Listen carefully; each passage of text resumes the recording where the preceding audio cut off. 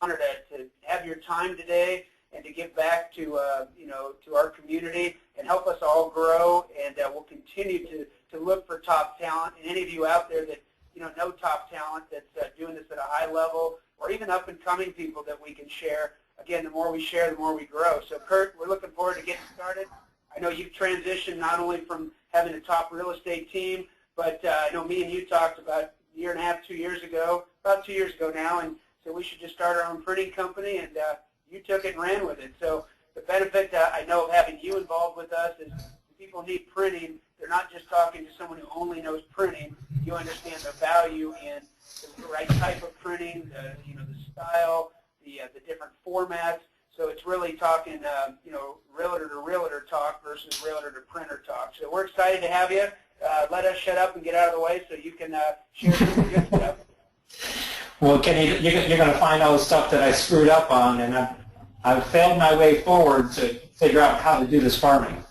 Absolutely. Well, and Kurt, I think that's some of the biggest nuggets when I teach classes is the don'ts is what saves people more money than anything. So, and time.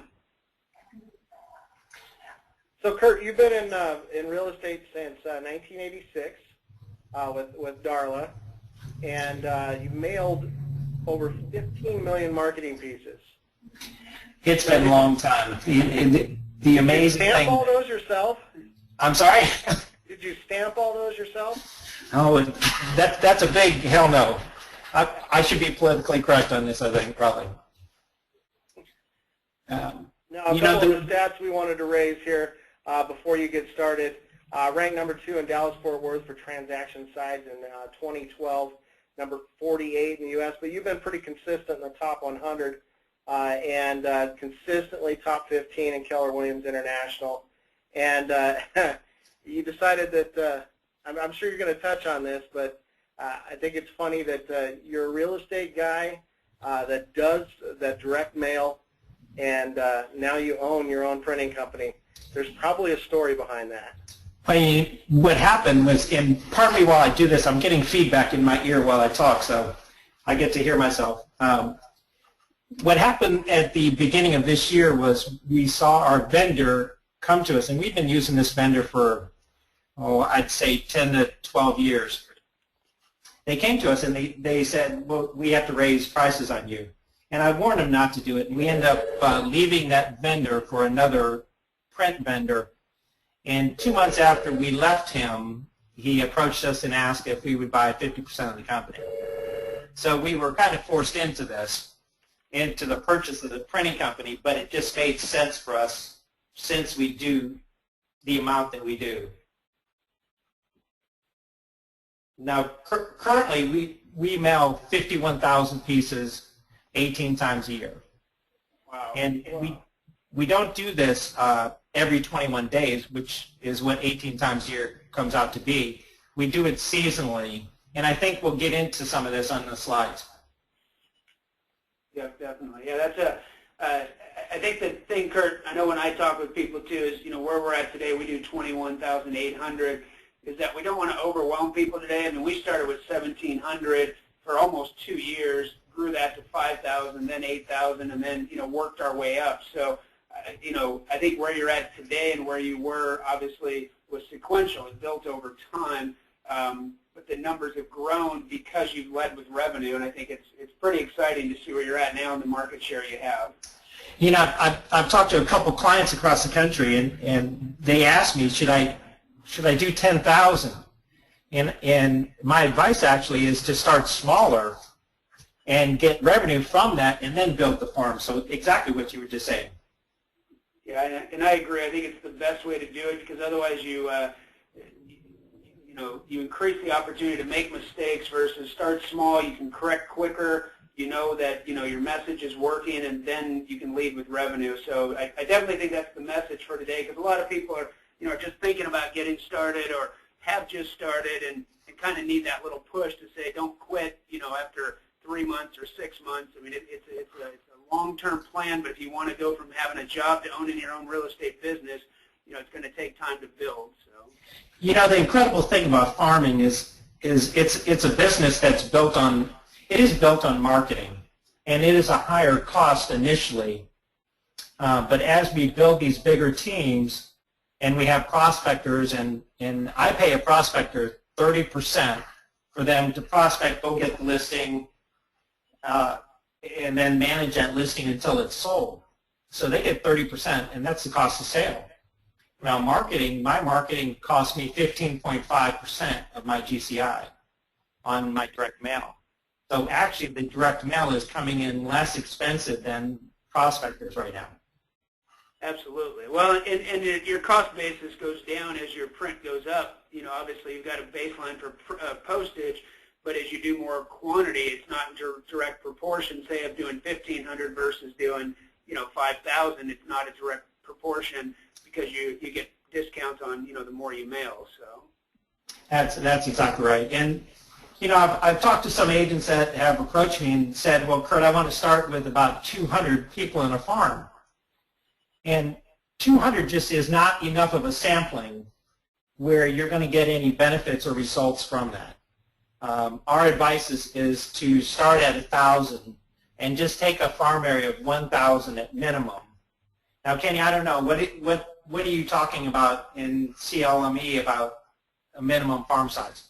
Again, it depends on average sales price, turnover rates. I mean, there's multiple factors in there, but the first thing we typically teach is, based on your budget. I mean, you've got to have a budget for 12 months to consistently farm at least one piece. So if that's, $500 a month and you're at 50 cents a piece, or, can you get to 1,000? And we really encourage people to, build a team around that, meaning get your mortgage partner, get your title partner, and sit down and get a game plan. Because I think 1,000, residents is a good start. Some people maybe can't quite budget that to start with, but we usually recommend at least 300 to 500 at a minimum. But again, if you're at a $100,000 price point, then you're going to have to be a lot higher. If you're at 500,000, and you could gain some market share, then that makes more sense. So there's multiple factors we teach when you're kind of assessing your farm. When you brought up something really important, and that was that minimum 12 months. And the worst thing that people can start a farm and think that they're going to get results right away. I mean, it's fantastic if you get a couple that's going to spur you on, but you have to realize that once you pass that 12-month mark, all of a sudden you're going to start seeing results from it. Well, every single marketing piece at that point is building on all the previous marketing pieces. And so you're starting to leave that standalone shotgun method of sending a postcard out around a house that you listed in one area, and then all of a sudden you're marketing to another area, and those are all standalone. But with farming, all these pieces just build on each other. Well, it just builds you that top of the mind. So when you go into your farm and you go into a listing appointment, they feel like they know you already. So it's not a cold listing appointment. You become top of the mind of anybody who's thinking about selling. All right, let's get into the printing business, that side. The real estate side. So let's look at what to look for when choosing a printer. What you want to find out is what have they done in the past? Have they worked with realtors in the past? Do they know our industry? And get a sample of the type of cards or newsletters that they've done. By getting this, you can tell whether or not this is something that you want to portray out in the public. Sometimes they'll mail out very flimsy. I don't know if you've seen some of these advents. It's a 7-point. It's a very flimsy piece. Yeah. And it just doesn't. It's not the image that I want to portray whenever I mail. Now, you had said something we were talking last week. You said that you call the samples and ask them about the service. I never thought of doing that. If they give you samples of what they printed, we'll call those folks up. And say, were they on time? How much lead time did they need in order to get the print done? Did they hold you accountable? I mean, there's a lot of aspects to the printing business that printers will screw up. And we just did a politician's mail out. And last year, she ran for school board. And the printer who she used last year ended up mailing the pieces after the voting was done. Oh, man. And that's one of the things, sometimes your timing of your piece is very important. You don't want it to go out whenever spring break is on. So, yeah, we just talked about that, asked about turnaround times. You know, turnaround times means from the point that you give them the project, you know, how long is it going to take them to get it over to their to the mail house, or get it back to you if you're going to be doing every door direct mail. And I think we'll get to some of that stuff. But yeah, guarantees. You know, do they guarantee that they're going to get this to you in time? Do they guarantee their product as far as the quality of it? So ask some of these questions of these printers, and ask also the people that the samples that they've done. Call up those customers and see what they do. And junk mail. So everybody gets in their mailbox, they get the, on certain days, and it's normally Tuesday or Wednesday, by the way, the big Advent kind of newspaper junk mail will come out. And you never want to mail where it's going to hit there on that same day. So everything that you do with your printer and your mail house, you should be scheduling this so it doesn't hit on the day when the junk mail hits your mailbox. Now, I don't know if it's the same across the country on when this junk mail hits, but look at your own mailbox and find out when that junk mail hits, and try never to have your direct mail piece hit that same time. Yeah, one of the things that we do, because we're on a rural routes in our farm, and so we can just you know, take it and drop it at the post office. It goes out the next day, and so we tend to try to drop it on Wednesday, because then we know it's not going to hit on Tuesday or Wednesday. There you go. That's perfect. And you just got to make sure that the printer has everything ready and the mail house is ready, and that you just don't fall on that same day. Because the worst thing you can do is you mail your piece, you're all excited about it, and then it comes out in the mail with all this other stuff, and you're kind of lost. What about, talk to us about seasonal timing. All right. Well, I'm in the Dallas area, and we're just north of the airport in a little town called Flower Mountain. In our area, our listing season really begins in about March and goes through July. That's the heaviest listing time for us. And hold on one second, my computer just went off. So when we start mailing, we increase our mailing before the heavy listing time, and I decrease it. Like in December, I don't even mail a piece.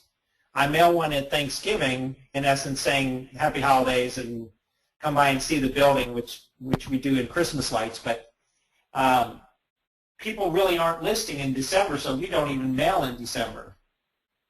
But when we start up in January and February, every 21 days, I'm now mailing every 2 weeks in February, March, April, May, and June. So I'm really front-loading my seasonality of my direct mail. So everybody deals with listings at the heavy listing time. That's when you want your message really out there where they feel like they're hearing from you all the time. All right. Now, you had a point here. Does the printer have a model that'll hold you accountable to your mail schedule? Can you talk about that? When we're sitting down with clients, you know, and being the printer, 929 Printing, I am asking all of our clients to give me a schedule for the entire year of 2014. So sit down and kind of look at your seasonality of your listings, and then write up an entire schedule of when your mail is going to go out for the entire year. And then the printer should have systems and models in their business where they're the ones saying, you know, we have this piece that's ready to go out. Are you ready to print another piece? And they should be holding you accountable. We never had that in any point of our career, and we were always telling the printer, oh, we got to print a piece. Well, it just makes sense for the printer to hold the agent accountable to make sure it goes out. When the agent starts getting busy from all this direct mail and they're getting more and more transactions, that's when all of a sudden agents will skip, they'll forget about mailing the piece. It's just because they're busy with their business. I feel it's the printer's job to make sure to hold the agent accountable to staying on their schedule. I like that viewpoint. I always feel like we're chasing the printer, but that I like that.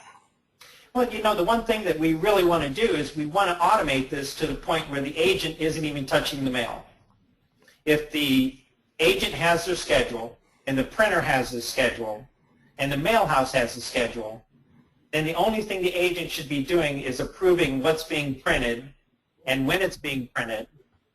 And then from that point on, the printer gets it to the mail house gets it out in the mailboxes. And it automates everything. And the sooner I can get it out of the agent's hand, the more it's going to stay on schedule. Talk about storage areas. Well, you know, ask the printer and just say to them, you know, I want to make sure that I stay consistent in my farming. Well, consistent in your farming may mean that when you print, and this is something that Kenny said earlier, he said when you print more pieces, it decreases the cost. Well, to stay consistent on your schedule, you want to try to print 3 cards or 3 mailouts or 3 newsletters at one time. So when you mail the first one, you have 2 sitting at the print house that are already printed, ready to go to the mail house. By doing this, the printer has to store those things in an area. So you want to make sure that the printer, hold on, I'm getting some really bad feedback, that the printer has area to store your cards that you're sending out in the future.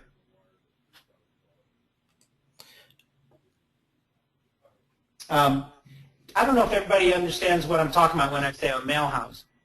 This is where the printer will send it to a mail house and they'll put the salutation on the piece. Or else they'll bundle it. There's a thing called Every Door Direct Mail, which is EDDM, and that's by the U.S. Post Office. So if you use EDDM, which is a great and simple way of mailing, you have to bundle it in bundles of 100 in order to bring it to the post office. The other way of doing it is called carrier route walk saturated. And that's where a mail house, the printer gives your pieces to a mail house, they put the salutation right on the card, and then they take it to the post office. So you want a printer to have an affiliation with the mail house so they can do everything right in-house. Okay.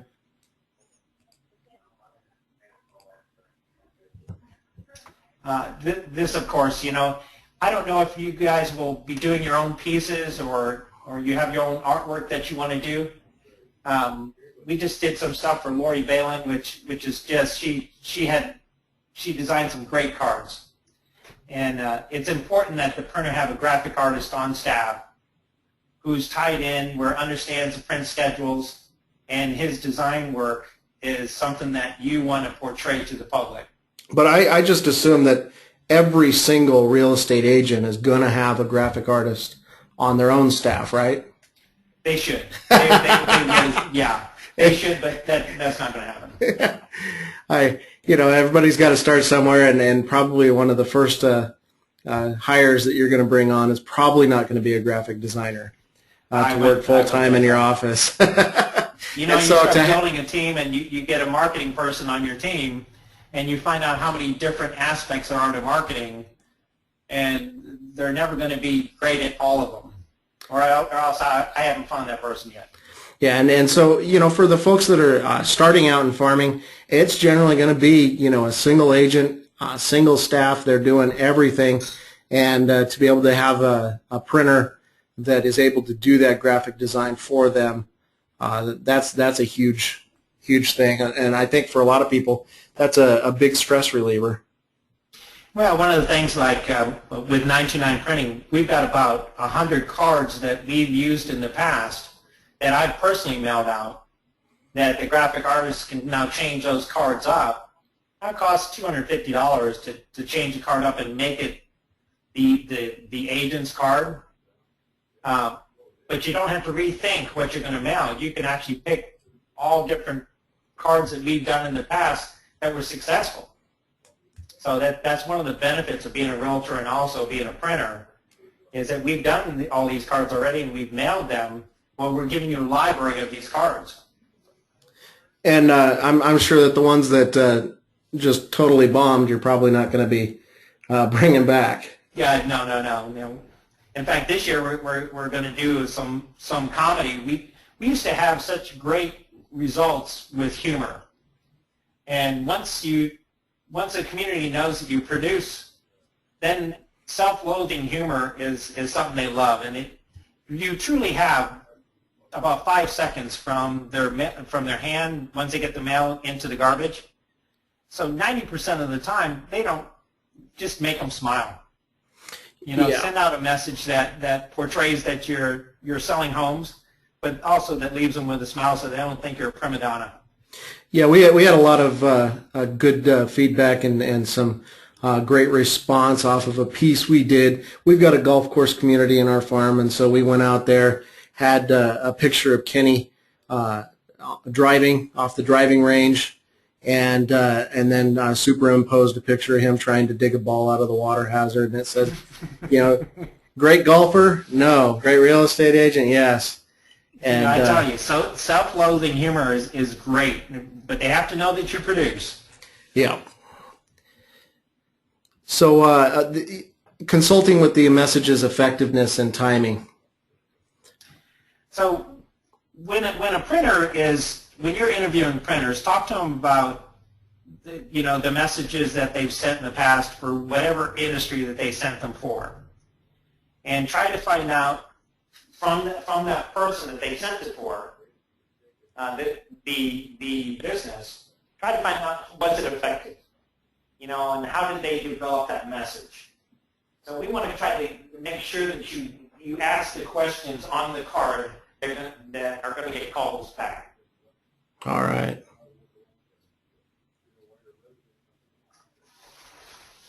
Oh, the MREA. So I don't know how many paid-out agents are on this call, but if you guys have read this book, Gary and Dave, when they wrote this book, they said that for direct mail, for every 50 that you mail, you should have one sale. And we've never found that to be correct. For us, it's about every 125 that we mail, we get one sale. And that's one of the things that I've always said to Gary and Dave both, guys, I've not met anybody that's hit a 50-to-1 ratio. So kind of look at the ratios in Millionaire Real Estate Agent as a guideline, and if you can hit that 50-to-1, that's fantastic. We just haven't found that to be the correct number for us. There is the 125-to-1.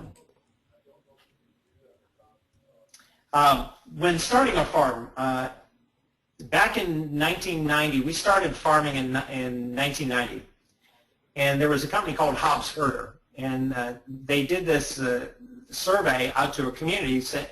They mailed a survey out, and they said, if you're selling your house, what realtor would you use? And they got all these different answers to it, and then they went in and they mailed in a fictitious realtor into this community, and they mailed it 8 times in 8 weeks. And so I don't know if Gary got the 8x8 from Hobbs Herder or Hobbs Herder got it from Gary, something there. But at the end of the 8 weeks, they mailed the survey again, and they got a 90% return that the fictitious realtor is the one that they would use. Wow. Which was incredible. Now, 8 times in 8 weeks, you're going to get people that are going to go crazy on you, saying you're killing trees, which, by the way, we always use recycled stock. And it costs a little bit more for us to use recycled stock, but not only do I feel it's my responsibility, but it stopped all of the people from calling me saying, take me off your list.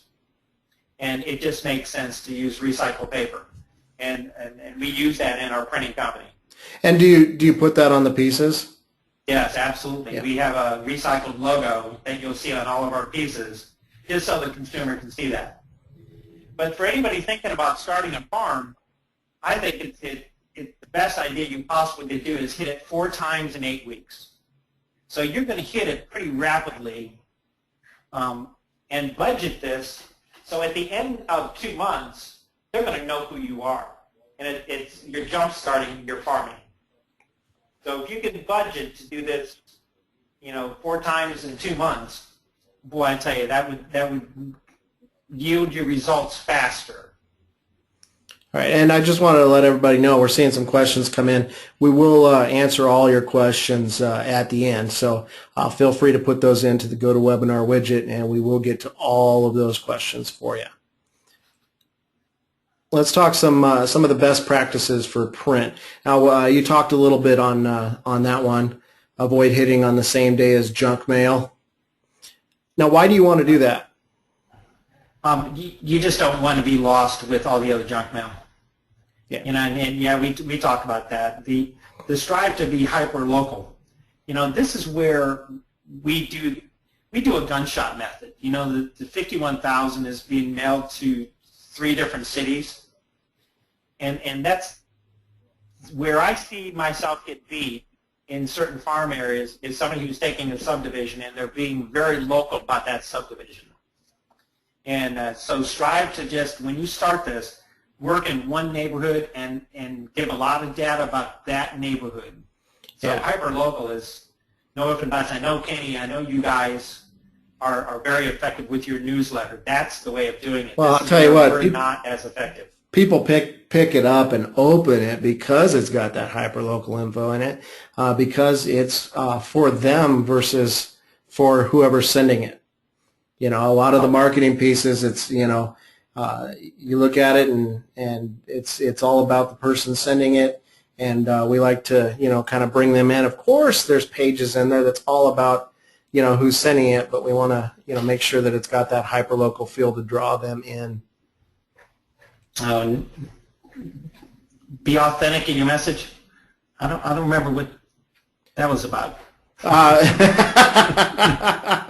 When we were talking, you had said that it's so important to be real and to not present yourself as different than you are, to have a different personality in your marketing pieces than who you are. And I think you do that a lot with your humor. We do. I'm dressed up like Forrest Gump on a park bench, and just be yourself. I mean, people will see through that very quickly if you're. And I'm sorry, guys, I get this feedback driving me crazy. Be consistent in your delivery. This is one that we can count on. When people start farming, they get busy and they just don't mail. And they'll skip a couple months and they'll wonder why their farming's not working, and then they'll try to pick it up again. It's all about consistency. You've got to be consistent at the mail. Exactly. When you do a piece, try to build a campaign around your direct mail and tie that into your Facebook, or you want each one of the pieces. Like this year, we're doing a campaign on TV shows like Walking Dead and Breaking Bad. So we're gonna do plays off of them, but it's all going to be revolved around the TV show campaign. And it's all going to be there's going to be a consistency in the branding, so that they're seeing that branding on an ongoing basis, so that it's not just a single marketing piece from random realtor, but it's that same campaign. That's exactly right. So make sure that branding stays consistent. Game printing. So as Kenny mentioned earlier, you do decrease your price by printing more at one time. And our thought process in holding the agent accountable is we want them to print 3 pieces at one time. And that will keep them going where we automate this. And game printing just means that you're putting together multiple pieces and you're printing them all at one time on the press. To give you an idea, one of our presses, it's called a Harris press. It's a 40-inch press. So the parent sheet, or the one that we're going to print the cards on, is 28 by 40. And we can fit 12 5.5 by 11 cards on that sheet. So if I'm going to mail, or I'm going to print 3 different cards, it means I have 4 images of each card on there. And the gang printing just makes it less expensive for you. And then that makes a big difference. Starting a farm. So I think that's where Kenny would start this one. Yeah, we talk a lot about that in CLME, looking at the different areas. But, as far as print goes, one of the big things is looking at those routes and making sure that they make sense. Because if in farming a neighborhood, you're really going to want to make sure that the routes in that neighborhood don't have too much overlap with an area you're not planning on farming. Well, and also, when you go into a farm, I mean, like the CLME, when I started doing some of those courses in there, it reminded me of all the things that I did when I started farming. And I didn't have a guideline. That's the amazing thing about your program, is it gives you a complete guideline. For us, we don't want to see any agents. If I pick a neighborhood out and I see an agent that dominates more than 20%, then I'm not even going to go into that area. Or if I do go into that area as one of my areas, I know it's going to take longer for me to gain strength in that neighborhood. Exactly. Now you use a print schedule. I use a print schedule. So this was 2012. But if you look for December, on December 20th of 2011, I had a card that was being printed. By the 29th, it had to be at the mail house. And then I knew on Wednesday, January 5th, the mail out hit. So by Saturday, January 7th, I was printing the next card, and it had to be to the mail house. So my printer had this, my mail house had this, and my designer had this. And their job was to make sure they stayed on that schedule. And it makes it so easy, and it can automate your farming if you just have a schedule laid out and planned. Then you're making sure that you're not hitting on like spring breaks and that's correct. So I mirror this to the school schedule. That's great. Now we've got a couple examples of some of the campaigns that you've done. This one, actually I stole this card from Jeff Quinton. And Jeff Quinton's with Prudential up in Ocean City, New Jersey. And he had this particular card. Now this is an 8.5 by 11 unfolded. So it goes into the mailbox as 8.5 by 11, which is just a massive, there's no way they can miss this card. And this was at the very beginning of each year, we send out a just sold for the entire year. And this was our 2012 card, January 2012. And then here's a newsletter. Yeah, now we do a newsletter that is also, it's 8.5 by 11 unfolded. It's a 100-pound card stock, and it's a glossy stock. And the newsletter is just a one page, and it's got a backside to it. And it makes it inexpensive. Sometimes when you're doing Kenny, I don't know, what do you pay for your newsletters when you're printing your newsletters? Well, when we print our newsletters, we're getting them right now to print and to ship on the quantity that we're doing it. Right now we're just a little below 31 cents. Okay. And that's that's fantastic. That's two pages, glossy, full color, saddle stitched, folded. So it's a 8.5 by 11 folded. So it ends up being a 5.5 by 8.5 piece. That's 8 pages. With this, it doesn't have to be saddle stitch or anything, so I can decrease the cost. And so that was and it's large. Hyper local into a neighborhood. And a lot of people have asked, how do you, because we've talked about that. You don't have to start with a multi-page newsletter. You can do one that's a postcard, and here's a great example of that. Just a nice jumbo card. Yeah, this is one that you just can't miss. An 8.5 by 11 in the mailbox. There's no way that they can miss that. Now here's another postcard, March Madness. We do this stuff. Sometimes we have cards that go out at certain times of the year. I have a back-to-school card, a Why Sell in the Fall card, a March Madness card. These are all great cards that I don't have to rethink or repay for a design. I can just keep mailing this. And if you see the little recycled logo on there, we stick that on all the pieces just so everybody knows and doesn't give me grief about that. And I can see by the car on there that you're not driving a gas guzzler. Yeah, no, no, that little smart car's been with us since 2008, and people still get a hoot out of that car. That's our Christmas card. That the one thing that we put out is we've been doing this. We're old now. We've been doing this a long time. Well, this kind of shows us through the years. And of all the cards that we do, more clients give Darla crap about her hair in 1990. But we also, on the back of this card, we want to lead them to our building, because we put Christmas lights all over and time it to music, and it bumps and thumps to the music at Christmas time.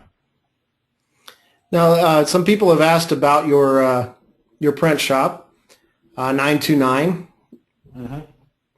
And that's at 929printsolutions.com.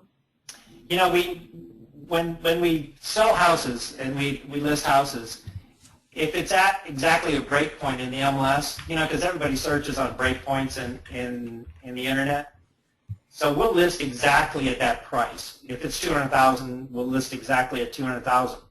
If it's not at a break point in the MLS, we always end ours at 929. Okay. And it happens to be my anniversary, so a lot of things that we own are actually 929, so that's where that name came from. But 929 is a printing company that is based out of Dallas that is now mailing. We've got about 20 clients, different realtors across the country, and we're printing and mailing for them, and we're now holding them accountable to their schedules. So it's a realtor-owned printing company that is there to help you build your farm. And that website, they can go there. Yeah, I'd love for them to be able to go there, and I'm trying to build this incredibly intuitive website, and it's driving me crazy. And the people in India that are building it don't understand the importance of timing. I have a Facebook page up that it will direct you to. Okay. Or else they can email me at kurt@929printing.com. And I just sent that to everybody in the webinar. Kurt@929printing.com. Now, you've always done everything perfect? Wow. And the gunshot method of farming, it works for us because we've been doing it a long time, but the hyper-local is the most important, and there's our screw-up. And if I had to do this all over again, I would get very hyper-local. And we see that a lot with a lot of different folks out there that are really, as we see the market shift and people really saying, farming is the way to go. Just the big focus on hyper-local in a lot of different ways that we're seeing, online and offline, a big shift. Well, right now, teams are talking about expanding and going to different cities, and the prospecting base is an incredibly talented person that prospects. The marketing base, for us, once we expand and we go into another city, I'm just expanding my marketing going into that city. The direct mail, the one thing it's done for us business-wise, and we have this incredibly talented team, and they've managed to stay at the very top of the industry since 1990. I mean, it took us, we started in 86, and it took us 3 years to get above 60 transactions at that time in 86. That was actually a lot.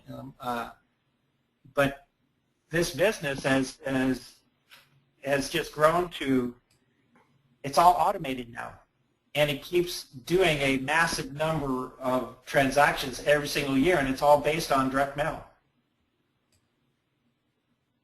So we've got a lot of questions, Kurt, and so let's get into those. Let's see.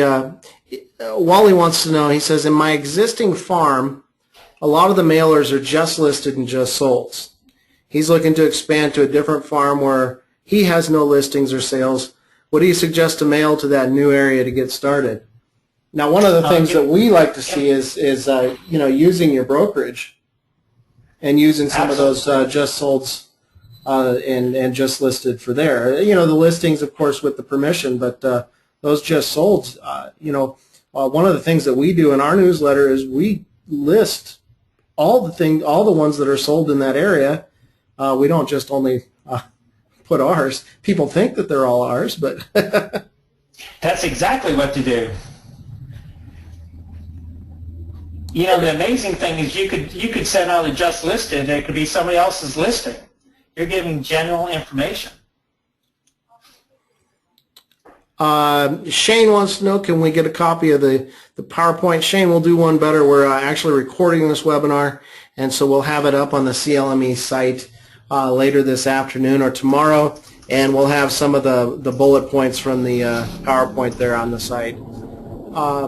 Glenn wanted to know what your printing company's website was. We did touch on that, but really to go to Kurt at 929printing.com. Now, Randy and Brian wanted to know about that 125 to 1. Just wanted to get some clarification there. Talk to us about that 125 to 1.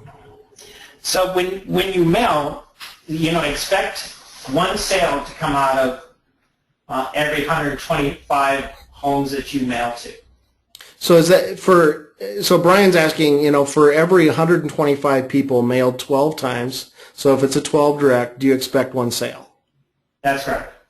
So if he's mailing to 1,000 people one time a month for a year, it's logical for him to expect 8 sales generated from those listings. So that would be exactly right. Okay, perfect. What has been this is from Karen, what has been the best and worst marketing piece that you've sent out? The worst was one revolved around a political campaign that I shouldn't have mailed. Never take sides on political campaigns. Well, it works great if you want to reach half of the people in your farm. That's it, and alienate the other half. And I did mail one that says shift happens. And I had somebody say, I know what you're trying to say, and it's not nice that you're mailing this. Now, what was it? What was it that you said? I put shift. Shift happens. Shift happens. Yeah. That was during the cratering of the marketplace. Yeah. And then the best one was probably, we did a movie campaign, and the Forrest Gump one was a great card. We had another one, Marlon Brando, that I'll make you an offer that you can't refuse, and I'm all dressed up like the Godfather. Now those are some really good ones where we used humor. Now the Forrest Gump one, you have that on your Facebook page, right? Yeah, I think that's on the Facebook page. So if they go over to that, they can just go to 929printsolutions.com and click on the Facebook, and they'll be able to see that. Karen also wants to know, is there any perfect size for postcards? That one, you guys do newsletters and very successful with newsletters. With our postcards, we first tried it at 5.5 by 8.5, and that's called a 2-up card. 2 will fit on an 8.5 by 11. That's why they call it 2-up. And a lot of the mail would still be similar size to that in the mailbox. So we found the 5.5 by 11 card to be the size that gets the most calls from. And we're very similar to that. We use the 6x11 quite a bit now. We used to do those the ones that are the same size as our newsletter, the 5.5 by 8.5, and now we're just seeing a much bigger response, a lot more awareness of the card, and using the 6x11. All you want to see is that you want them to see you and remember you before they throw it in the garbage. Yeah. Now, Kurt, do you use EDDM? We don't. We use carrier route walk saturated. All right. And EDDM is 16.8 cents for less than 5,000, and for more than 5,000, it's 15.8 cents. And carrier route walk saturated is 14.6 cents. Yeah, and that's what we're seeing on our. We have the rural routes, which is saturation. Yeah, yeah. Now, Steve Arnold wants to know, can you give an idea of what each piece costs to produce or mail? It all depends on the number that you mail. Exactly. And so, if you're mailing 1,000, it's close to 25 cents a piece for printing of the cards, and then you're going to have the postage, which is going to be 16.8 cents. And then you have 2 cents to bundle it if you're not going to bundle it. If you're going to have a mail house bundle it, they'll charge you 2 to 3 cents a piece to bundle. And I think it becomes a frustration when we're talking to people. They say, how much does it cost to do your newsletter? An 8-page newsletter, glossy, full color, and we tell them it hits their mailboxes for less than 32 cents. Well, we're also sending out 21,000 of them. That's it, and it's all economy of scale. And so as people are starting off, there's a lot of options they can do. You don't need to start off with an 8-page color newsletter. You can start off with a postcard and control some of those costs a little bit until you can use the quantity of a larger mailing. That's it. Now, 5.5 by 11 card has a lot of landscape on that piece. It sure does. But one thing I do want to say is in advertising they have a saying called white cells. That means less is more. The simpler the message, the more it's going to get received. So don't just pack a card full. Make sure it's a very concise, simple message. Brian wants to know what else you're doing to complement your mailings. Are you doing some of the things like we teach in CLME, the video of the local businesses, community website, those kinds of things? We're learning. So we are actually adapting. After going through the courses that you have on CLME, we're now starting to go to the businesses and do that and put up Facebook pages that are just for the community or the neighborhood. So we're starting to build all that and going back to that hyper-local. But no, right now we're just more of a gunshot method on our farming. Now, of course, our team does prospecting and it does social media and it does all aspects of the business. But it's always been direct mail that gets us our appointment. Now, Brian also wants to know how hard you work your database. Are you doing different things with mail? How many personal touches are you doing with the folks in your database? We touch our database about 24 times. I love that we have a 33-touch program and we touch them 24 times. Are you doing that digitally or through print? It's communication through Infusionsoft, and it's have you ever heard of Talk Fusion? It's a video email, and also it's like BombBomb, and then personal phone calls, client parties. So we have a Shred Fest where we invite all the clients out. But you're picking up the phone. The documents for free. You guys are picking up the phone. That's good. Exactly. That always seems to be at the end of the list, but really should be step number one. Addie wants to know what permission you need to use all of the just listed and just sold. Addie, the just sold, you can put all that out there depending on your MLS in your state and those kinds of things. You just need to check around and see what permissions you I'd need talk to your for team this leader, listing. talk to your manager, and maybe the board of realtors, and just say, if I want to send out a real estate notice, what disclaimer do I need on the card? But we've had we've gotten postcards from other folks that are doing some marketing in our farm, and we got a postcard a little while back because Kenny lives in the farm, of course, and it had 3 just solds, and they were all our listings. You can send out real estate notices. You just click the disclaimer, real small.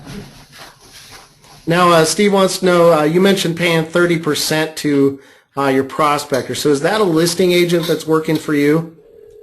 Yeah, my son is a full-time prospector. Actually, he went and interned with Greg Harrelson and Jeff Quinton. And so when he goes out on the appointments, when he prospects, he gets a listing appointment. He goes on the appointment, and he gets it. So he actually gets 30% because he's eating what he kills. And so the split 70-30? That's correct. And then we have one more question. Wally asked, do you use notepads? No, we don't. We don't use notepads. Are you talking just for my everyday, or do I use notepads that I give to clients? That I don't know. I'm guessing he probably means notepads that I give to clients, and no, we don't. All right. Well, Kurt, I really appreciate your time. This has been a huge resource. We're seeing a lot of people just thanking you quite a bit on the questions here, and I've learned quite a bit, and I've just enjoyed spending the time with you over the last couple of weeks putting this together. And so we want to see people, if you have any questions, Kurt at 929printing.com. Kurt at 929printing.com. And again, you come back to the site tomorrow, you'll be able to check this webinar out. We'll have the recording up there along with some bullet points from the webinar. And again, thank you very much, Kurt. Scott and Kenny, thanks so much. And I've learned so much from CLME that I'm getting old. I've got more than I've learned. Well, thank you very much.